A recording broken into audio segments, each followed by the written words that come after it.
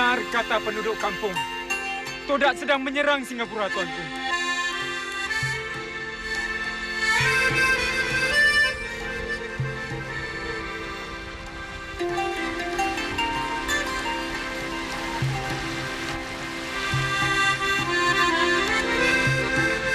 Beta gerhana. Mengapa banyak ikan todak menyerang? Hingga ramai rakyat beta terkorban. Apakah titah tuanku akan segera Patik laksanakan? Perintahkan rakyat supaya berbaris di pantai. Gunakan betis mereka sebagai kubu. Hah? Betis? Menjunjung titah, tuanku.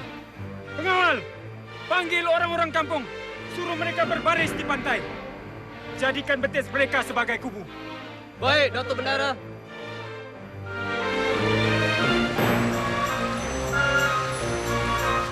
Orang kampung pun mengikut perintah. Mereka menggunakan betis untuk menahan ikan todak. Ternyata malah, orang kampung ramai yang mati.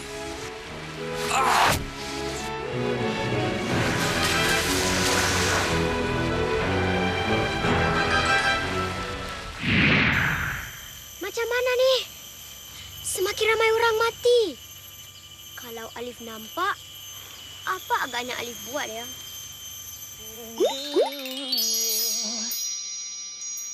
Muni, janganlah bersedih. Kalau ada masalah, minta pertolongan dari orang yang lebih tahu.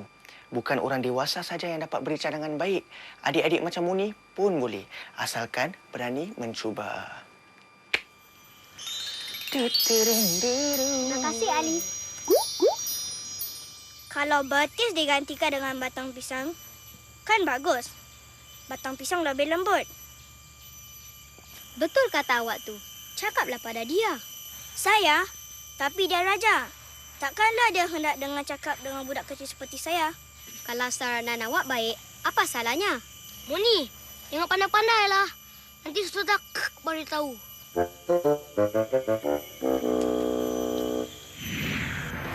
Tuanku! Ampun, tuanku. Semua orang kampung yang menang todak dengan betisnya hampir mati. Bendahara, perintahkan lebih ramai lagi orang kampung supaya turun ke pantai. Titah dijunjung, tuanku.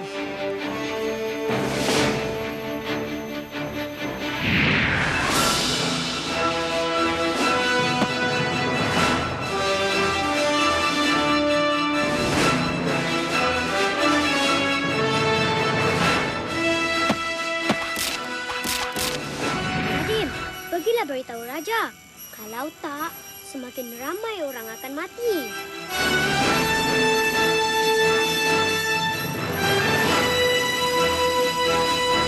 Ampun, tuanku. Beribu-ribu ampun. Sembah Patik harap diampun. Patik tahu cara untuk lawan ikan-ikan todak itu. Apa?